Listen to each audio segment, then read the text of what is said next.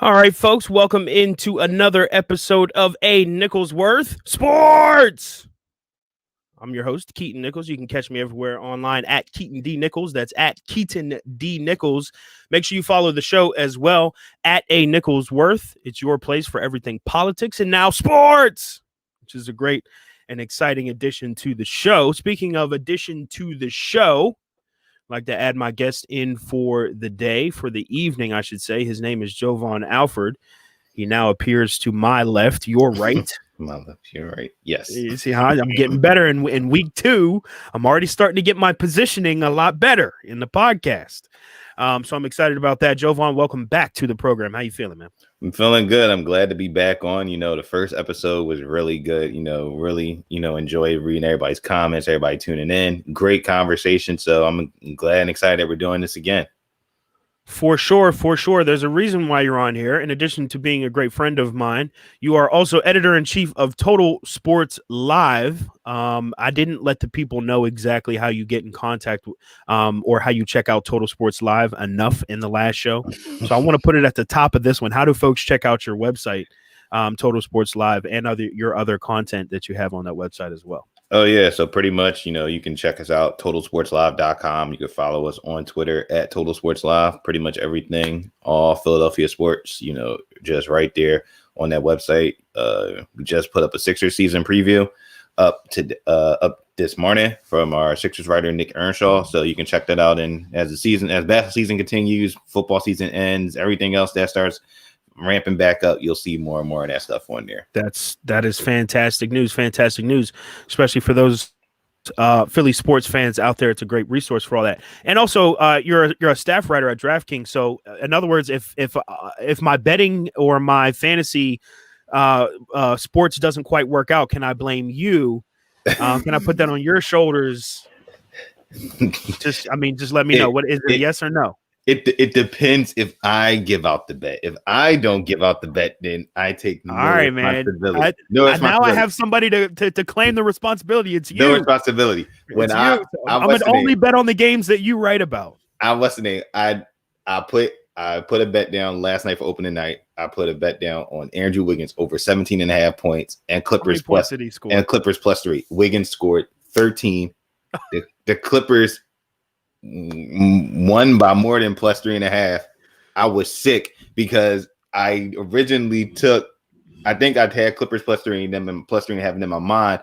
I was like, prop bet. The prop bet I had for that game was Serge Ibaka over 12.5 points, and he scored 15. So, well, sometimes it bees like that. But you should still read his stuff, even though he was totally wrong. It looks like last night. Wrong with one. Wrong with one. And I did take the Nets. I did take the Nets -7. So 3 out of 4. 3 out of 4 with that. Not 3 out of 4 ain't bad. Make sure you go check out his stuff, Jovan Alford, right now. Actually, not right now. You can enjoy this conversation we're about to have about NBA opening night. So last night was, of course, the official opening night. We teased it a little bit there. So we saw a lot from Kyrie, a lot from Durant and the Nets as well. They took care of Golden State pretty easily last night. And then we had the Battle of LA part 15, I guess, or maybe the Battle of LA that people wish would have happened in the playoffs last year. So we had that happen last night. Different observations about the games, I guess, could have gone either way. It was a good opening night of basketball. It was good to see, even after just 71 days. But from the ring ceremony to a lot of the normal opening day rituals, it just kind of felt weird, right?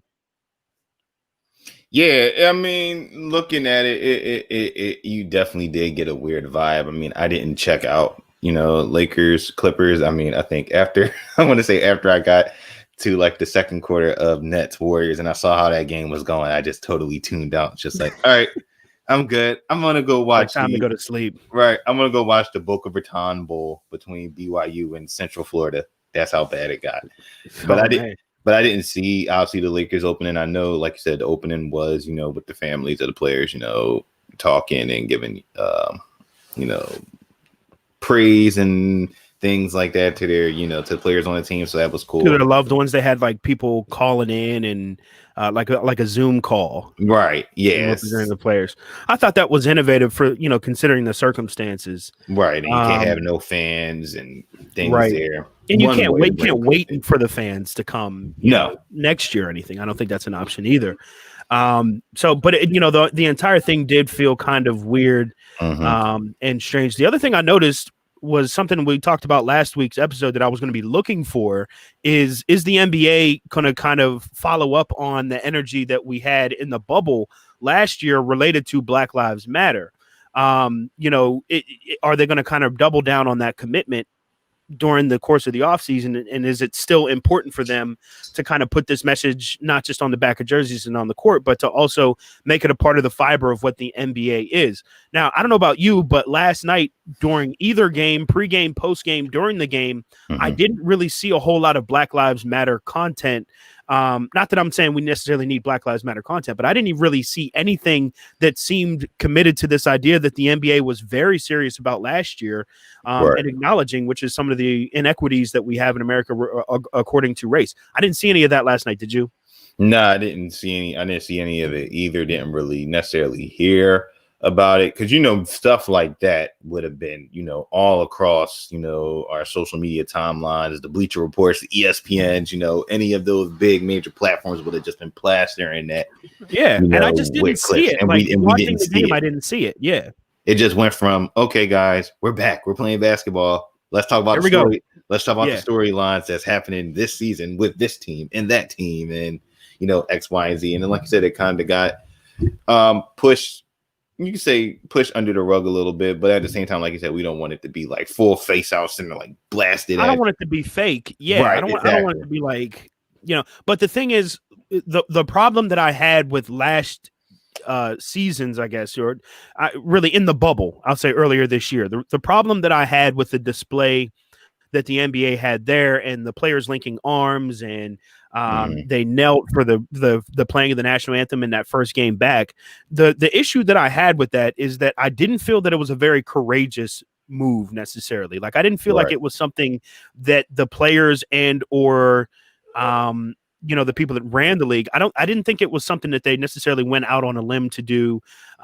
They just kind of felt like it was a part of the trend of the moment, if you will. And it was like, it was almost like somebody put in the idea that athletes, across all spectrums of sports should do this kneeling thing during the anthem, because it's the closest thing that the sports world understands when it comes to like challenging a system or something. Like is Kaepernick kneeling from a couple of years ago, which is a whole conversation in and of itself. Exactly. But we didn't see any of that, and we didn't see anything to replace that. And so it gives me the impression, and I don't think that this is too far of a leap, but it gives me the impression that the NBA's stance and the NBA's boldness, let me put it that way, on representing Black lives is only as bold as everyone else is being at the moment. Is that a fair assessment to say that? Like, I won't say that the NBA doesn't care about Black people. You're more than welcome to have that assessment. But what I'm going to say at the very least is that the NBA's commitment to protecting Black lives is only as bold as what other leagues and other high-powered individuals around them are doing. Yeah, I think you're basically saying it's almost like a domino effect. Like once one league or company does something, then everybody else falls in line. We saw that this summer. Once one league did it, then everybody started falling in line. All right, like, yeah, we'll do something. All right, once the NBA does something, check that. Let me not say that. Once the WNBA does something, now we got the NBA doing something. Now we got the NFL doing, and they still in the NFL still, I think, has like the end racism things on the on the end zones. I want to say they I've seen some PSAs in the NFL. Maybe it's because of a season-long commitment. Dr. Harry Edwards PSA from the 49ers, that you see with that Pittsburgh guy, Miles Sanders, still wearing Antoine Rose Jr. on the back of his helmet, like things like that. So you still see it prevalent in the NFL, but just more. It's actually, you could say it's more prevalent than the NBA. I'd say that's a safe bet. After one night so far, NFL has the leg up in this one, which is something I never thought I'd say regarding, repping Black Lives Matter or whatever. But I thought it was interesting to see that last night. And I was kind of disappointed to see that it had fallen flat. Like I wanted to give them an opportunity, and maybe we'll see more stuff tonight. Some of the games have already started, but I wanted to give them an opportunity to kind of, say like, look, we're seriously committed to this idea. It wasn't just something we were doing because it was trendy or because we had just had this tragic death that so many people saw on camera during the course of the summer that everyone was kind of stuck at home watching this kind of stuff anyway. Right. I thought that was kind of an interesting sort of take on everything. Moving on though, when it comes to this to the games rather that are happening tonight. Before we talk about those, the Rockets Thunder game was canceled. I'm sorry, was postponed rather for tonight. They'll play it, I guess, later this week. I don't know if they have necessarily plans to do that later this week or whatever. But James Harden, of course, there's a lot of controversy around him this week that he was seen at some sort of club that he says is not a strip club. I believe him, but there was a club and there was a bunch of people around that you were at. Somebody got you on camera. It wasn't good. So now there's only 8 players that are eligible to play tonight for the Rockets. That's not enough to play an NBA game, so they've scrapped it for tonight and moved it. This was a big issue in the NFL. Do you think that the NBA is going to have a better grip on this issue than the other leagues have? Talking about the NFL this year, and then of course Major League Baseball over the summer too.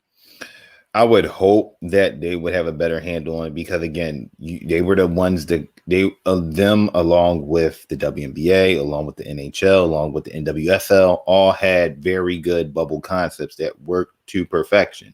Now you're doing something that is different. You're taking it out the realm of we're not doing a bubble anymore. We're going to have games, across different cities. And, maybe, with the way they did the scheduling, you have a little bit more freedom to do things. You have more freedom to, do more back-to-backs. Like I think we might have talked about that on last week's show, how you're more able to have games now against the same team back-to-back nights as like series almost. I just wish that they, went back to the bubble format, in some shape, in some way, shape, or form. Don't have to be in a bubble, but maybe a more regionalized bubble. Regional bubbles, yeah. Like the NHL. I think the NHL basically said, I think they did say that they left room out there for it to be for them to have a regional bubble if necessary. So I mean, what can you do? I mean, it's kind of a hard thing to kind of fathom that this is going to work for anybody. Like I don't think that this is necessarily like a personality issue. Like no. It's not like James Harden. James Harden is like I see somebody commenting in. James Harden is kind of a wild character when it comes to your average character, right? Like, but right. There's sometimes the people that are like that. Like we just watched Dennis Rodman in the Last Dance over the summer, kind of an in-depth rewind of a player in that era who was kind of like on the wild side. But I mean, more importantly, we know he's a Hall of Famer because of what he did on the court. So I don't think this is necessarily a Harden issue per se. No. But I do think that it's very difficult to try and contain. Yeah, it's an everyday life. It's an everyday life issue because you can apply it to everyday life. How they tell us, make sure you still social isolation. You still do social isolation. You still do quarantine. You're now asking these guys to do the same thing, and it's going to happen. They're going to, they're going to break protocol. Let's just say that. That's exactly what's going to happen. Yeah. And then you're going to have instances where you're going to have a positive test here, positive test there, contract tracing. You're going to have to start doing more of that, like we saw, just with this game tonight. The Rockets, they didn't have it, the thing didn't happen because of James Harden. It was more so, I think Ben McLemore had tested positive, and I think there was another player I think they didn't mention, but there was something else. But they had to send John Wall home. They had to send DeMarcus Cousins home because they didn't know. It's all with the contract tracing, and we see that in the NFL, right? We see the NFL all the time with the contract tracing. Guys test positive. One, they're on. They might not test positive, but they're on the COVID list, and then by the end of the week they're off because they do the contract tracing. Boom, and they're off. But it's an everyday life thing. It's an everyday life thing. It could be anybody. It could really be anybody. And the NFL has this issue to deal with. I mean, every other professional entity has this issue to deal with. How do we still operate? How do we still recoup some money in this era? They're already taking a loss on fans, Right. actually being in the stadium, which not only you're talking ticket sales, but merchandise that they're going to buy, maybe merchandise that they buy explicitly for going to games and stuff like that. I mean, it's the whole thing is going to be, a little strange, but we should probably expect more of these these postponements rather throughout the season, right? Mm-hmm. Yeah, no, most definitely. I mean, again, it's what can you what can you do? There's nothing you can do. You just hope that you're thankful that it wasn't tied to Harden, because if it was, then I think I saw somebody today say, like, if it was tied to him, then you got to make an example of him. You got to suspend them for X amount of games, but you can't. It's There's other guys in the same hole. Right. There's other guys, and there's gonna be other guys. It's just that he was like you said, he was the higher, that he was the most notable person, a high end target, like high end target. He was the one everyone wanted to see. Right. He's been in the news for all these trade rumors and how he's disgruntled with the Rockets organization. Then you add this on top of this, is just a major snowball effect. All right, before we move on, we're speaking with Jovan Alford. He's editor-in-chief of Total Sports Live. Make sure you check it out. Before we move on to the NFL, is James Harden going to get traded to your Sixers? I would hope not. I would stay very far away from that, just because I mean, does he make the Sixer team better offensively? Yes. You can make the claim that he makes his team better. But is he worth giving up a Ben Simmons, who is a very good two-way all-star, for years to come, right? For many years to come, 25-year-old player, and Harden, what's 31, 32? I mean, you weigh it, and it depends on what you believe your championship window is at this time. Like I said in last week's show, I don't believe that the Sixers necessarily need Harden to compete in this East. I mean, Brooklyn is on a whole entirely different level, but again, it's only one game. It's a snapshot. One game. We don't know if Brooklyn's going to be that good or if Golden State's going to be that bad. It just so happened that Brooklyn has a lot of depth on their team. So I mean, when you think about Harden and the Sixers, would it be nice? Yeah. Is it a necessary need? No, because of what you would have to give up to get him. I think you would do more damage to your team and your future going forward. Fair enough. Let's go across the parking lot from Wells Fargo over to Lincoln's Financial. Jalen Hurts has started at quarterback now for the last, was it 3 weeks? Was this his third week or second week starting? Second week starting. It was the second week. This upcoming week will be his third week starting. An interesting situation going on in the NFL, because Carson Wentz, supposed to be one of the superstars of the NFL, was drafted second overall in the 2016 NFL draft. Yep. Correct. However, of course, this season really hasn't gone too well for him.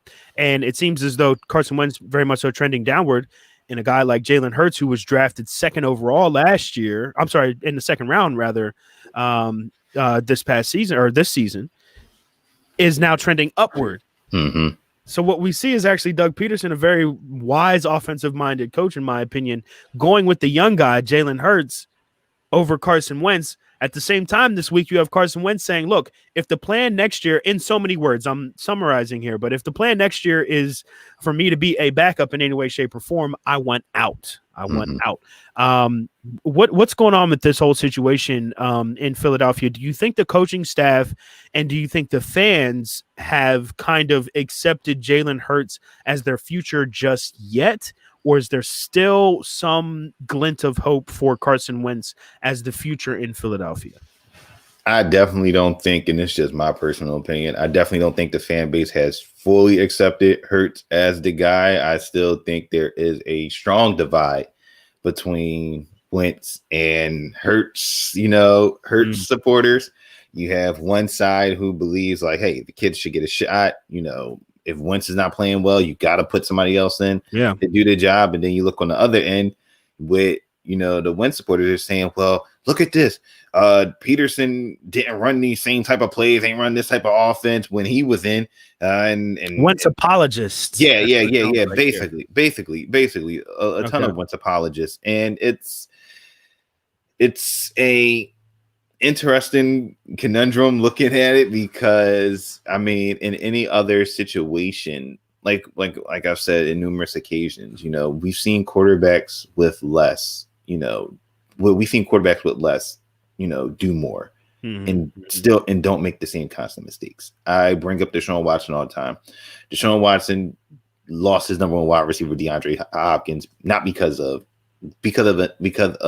his former head coach doing a stupid move, but he lost DeAndre Hopkins. He doesn't have a top tier offensive line.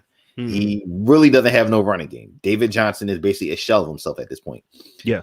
He doesn't have Will Fuller anymore because he got popped for a 6-game suspension, and he's down, and he's basically left to Kiki Kuti and Brandon Cooks and Chad Hansen and Jordan Atkins. I mean, the barrel is thin here. I mean, Duke Johnson, the barrel's thin, but he still goes out and perform. The man just had 373 passing yards and 2 touchdowns against the Indianapolis Colts and had a chance to tie that game late in the fourth quarter. Deshaun Watson has 4,137 passing yards, second in the league, with not much talent. And you can't tell me Carson Wentz can't do the same thing.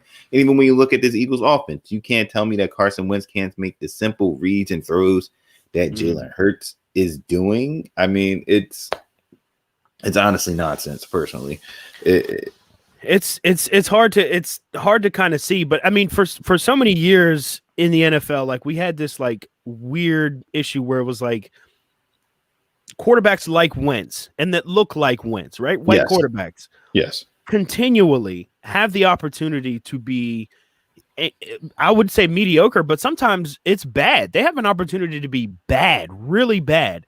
And next week or next season, there's an opportunity waiting for those quarterbacks, no matter how inaccurate or inefficient or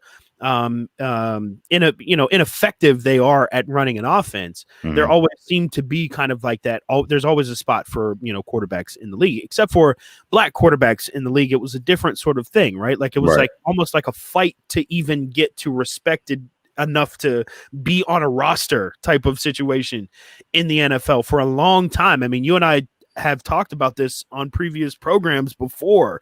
Like it's, black quarterbacks get the very, very short end of the stick when it comes to starting in the NFL. So for sure, in the way that I look at this, with Jalen Hurts being kind of inserted into this role and the coaching staff at least being behind him, now 3 weeks in a row, even with Wentz kind of being behind the scenes saying, look, if the plan is for me to be a backup, I'm gone.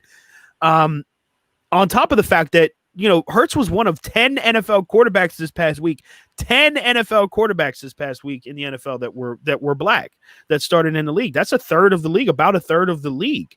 So are we kind of getting into, or are we moving into an era where black quarterbacks are, in your estimation, like kind of being appreciated for their talent more so than they were, 5 to 10 years ago? Is like that era of bashing the black quarterback kind of over in your mind? It is, but it isn't over. I'll say that it is, but it isn't over. When you look at guys like Russell Wilson and Patrick Mahomes, for example, those guys are appreciated. They're appreciated for their skills, for their talents. I mean, we're starting to see an appreciation for Dak Prescott just happening this year. It took just for this year for him to get this appreciation, because it's like, man, Dak Prescott, he's really balling out. He's really putting up numbers. Jerry Jones, I don't know why they didn't pay him X, Y, and Z. Yeah. So you look at them, and then on the flip side of it, you look at a quarterback like Lamar Jackson, who still gets criticized for everything he does on the field. And it's the same way Jalen Hurts gets criticized on the field, depending on what you listen to, who you listen to. You hear the same things. Well, these guys are, they're great athletes. They're good that A word coming out. Yeah. They're good athletes. They're twitchy. They can, they can move out the pocket. They can run, but I don't know if they can throw. And we hear that. We hear that far too often with black quarterbacks. And like I said, Lamar is a perfect example. Lamar can. Lamar gets criticized for not throwing the ball enough, but my position on that, and just any quarterback, even going down to black quarterback, my position is that it don't matter how you get the win. You know, we're conditioned to seeing the prototypical pocket passer quarterback launching the ball, you know, throwing, you know, 300 for 300 yards a game. And that's what we're tuned into. We're not tuned into, all right, you know, the quarterback, you know, ran for 100, but he threw for 175 and the team still got the blowout victory. Like it's a win. Yeah. It's okay.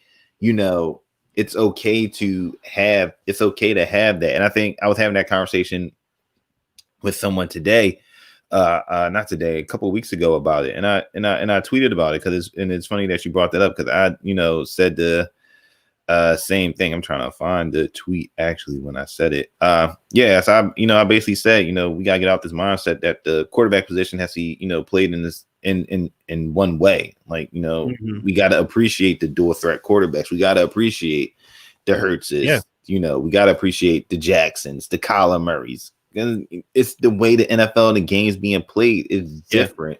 You need to have that guy that can actually move around the pocket and, you know, do some things, because it changes the dynamic of your game. So you hope that it's over, but there's always still going to be the stigmatism of they're just an athlete that can run fast. Hey, you know, you can, I mean, the guy, you know, he can throw a little bit, but he might be better suited off in the NFL playing another position. As a wide receiver. He might be a good wide receiver, a good running back. Yeah, you never know. He might be a good tight end. You know what's wild? Always, when I think about Ryan Tannehill all the time, like he played just a guy that played wide receiver at Texas A&M. Yep. At Texas A&M, and now he's playing quarterback in the NFL. So literally, a white wide receiver they are willing to turn into a quarterback in some instances, whereas quite literally the opposite. You have black guys that have been playing quarterback, you know, since they could throw a football, that are being asked to change position, right? You know, as they get into the NFL. But I do see a lot less of that. Obviously, you know, in the NFL, I think there's, you know, a lot more coaches are willing to say, look, I'm going to put you in the game because I need, you know, I want to win, you know what I mean? And I think that you give us the best chance of winning. And I think there's some coaches that see the bigger picture there.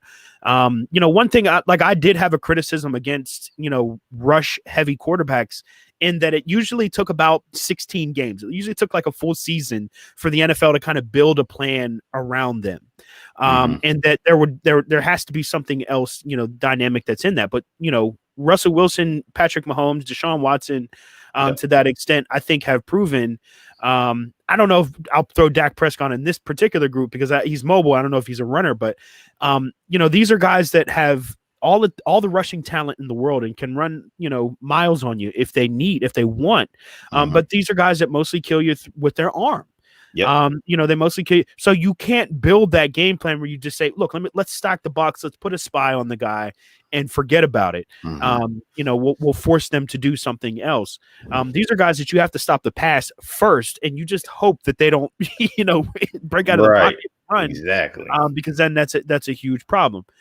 So, you know, it's becoming more, you know, comfortable in the NFL, I think, as the style of quarterback that, you know, coaches are okay with going with, because they know it's not something that you have pretty much a few games to kind of stop. Looking at Josh Allen as another example too, a non-black example, but another example of that mobile quarterback. Yeah, no, most definitely. I mean, you know, like you said, you hope that, you know, it, you know, continues to get better, and quarterbacks and coaches continue to see the light that the game's moving to a more mobile game. You know, it's cool that you might have the pocket passer here and there, but the game's becoming more, you know, faster. It's becoming more spread offenses where you're doing a lot of the read options, the RPOs, you know, the QB draws, the QB power runs, all those type of things. You know, it's starting to become that way. Now, don't get it twisted. You know, it's okay if you got a pocket passer. You know, it's okay if you like the Bradys and the Breezes of the world. Because on the same flip side, is there still a place for those guys in the NFL? Like if there's a quarterback coming out of college right now, and you probably know of a few who are NFL prospects who are just pocket passers, like is that even still valuable anymore? Like I look at Trevor Lawrence and Justin Fields. I think they're the two top college quarterback prospects right now. Yes, both of those guys are extremely mobile. Exactly. Joe Burrow last year, definitely a passer, but he's mobile. He can get out of the pocket and move. So is there still a place in the NFL moving into the future? We know right now there's still those old guys there, the old guard, but is there a spot in the future for them? That's tough to say because, like we say, the game is getting faster. It's getting, you know, blitzes are getting more exotic. and offenses are getting more exotic. We're not no more in the power form, I formation type of game. A lot of shotgun. I see a lot of spread offenses. Yeah, it's a lot of shotgun spread offense. Let me get the matchup on the outside that I like, and I'll take it. And we're gonna make plays with the legs to the quarterback if they got the ability to do so. And like I said, that changes the dynamic of the game. If you have a quarterback that can run the ball or can have a little bit of escapability, it changes the game. It changes how you run plays. It makes your RPOs and makes your read options that much more deadly. So I think the league is going to continue to trend that way. But like you said, there's always going to be that room for the pocket passer because everybody, falls in love with the guy with the dynamic arm talent that can just zip the ball and has the accuracy as the big arm to throw it. So it's always going to be. You're going to have a mixture of both. It just depends on, and it just depends on. And we look at this in just a lot of different drafts. NFL, NBA just depends on where does that quarterback go, and if he given a fair chance to actually make it happen, and if he's in the right spot. If he has all those right things, then he can succeed. If he doesn't, then you're looking at a Dwayne Haskins situation, for example. Hey, there you go. One of the 10 quarterbacks that I mentioned that got to start this weekend against probably everyone's better judgment. But he did get the start, and he has been better than I think a lot of NFL quarterbacks that have continually gotten this shot in the NFL time and time again. It's insane to say the least. But anyhow, we're going to wrap it up right there. We do have a few comments in here as well. I did want to go over a few of those. Cam Contreras comments in. It says Jalen is the future out there. Carson Wentz sucks. I don't know about that. Do you think Carson Wentz is a bad quarterback? Like, do you think he's bad in like he's going to be bad other places that he goes? No, I don't. No, I don't think he's bad. I think he's a solid quarterback in this league. He has the arm talent that you want. He just has to make the right reads, which will, he has to make the right reads. He doesn't have to always trust in his arm to make the dynamic throw or the home run throw. Sometimes it's okay to take the play right in front of you. If you have a running back sitting right there 3 yards in the flat, just hit him. You don't need just hit the guy. You don't need to go for the home run deep ball where you have the corner following your wide receiver and then the safety coming over the top. Like, you don't need to do that. And we've seen that too many times, or even just throwing the ball away. Aaron Rodgers has made a career out of throwing the ball away. Hey, for real. You just got to make the correct. Does he need like a quarterback whisperer? Like, I know there's like a couple of coaches in the NFL that are like these quarterback whisperer type of guys. Do you think he needs like a mentor like that, like a one-on-one mentor? I mean, a lot of people here in the city believe that that Frank Reich was that guy. Frank Reich and Joe DiFilippo were that guys for him, and since then he's just kind of been not the same quarterback. Maybe you can make a case for that. Maybe you can make the case for that. Could I make the case for that for Frank Reich? Yeah, I could. Joe DiFilippo, not really, because he haven't really shined anywhere else since he's left. Frank Reich, I could say that because we're seeing what Frank Reich has done with Phillip Rivers. Phillip Rivers looked like he was basically done last year. He looked like he was shot. I mean, with the interceptions he was throwing, but he's in an offense where he's not asked to do a lot. And I don't think Wentz is asked to do a lot here. I just think you just look at the quarterback and just making the play in front of you. Phillip Rivers doesn't make things complex. It's just simple. With his pop gun arm, it's just simple. He just gets it out. He just gets it out there. Slinger. He just side slings it out there, and they depend on the running game. But that's another thing with the Eagles. Depending on the running game, it's a lot. But I don't think he's a bad quarterback. I think he could go somewhere else. Fair enough. And be a starter. Well, we'll have to see how that is. That'll be a conversation for another podcast. Where does Carson Wentz land if he goes? Of course. Jalen Hurts right now. He's balling in Philly. I think he's doing a great job. Speaking of balling, before we go, we got a bunch of NBA action on tonight. I know you're going to be watching the Sixers. Teams to watch tonight on opening night to see what they're doing in their first game together that you're excited to watch. Teams to watch. Obviously Sixers, just to see how the Doc Rivers era starts off. The Bulls, definitely want to see how the Bulls look like with Billy Donovan now, the new head coach there. Kobe White's in his second year. Really like the Kobe White, Zach LaVine backcourt in Chicago. Really dynamic. Want to see how the Hawks, this is a team that a lot of people think can make that leap this year into the playoffs. So it's going to be interesting to see how they mesh together. They have all the offense in the world. It's just, can they play defense? That's going to be the thing for them. I'm trying to think who else. Do you think Charlotte's going to be anything fun to watch? Because Gordon Hayward is at least healthy for the beginning of the season. We don't know how long it's going to last, but Gordon Hayward kind of in another situation like in Utah where he's just fully unleashed. He could be. The Hornets, as the terminology they use, are league. The Hornets are league pass worthy. Here and there because of the LaMelo Ball factor. He brings the way he plays the game, the passes that we've seen from out the preseason. He's an exciting young player.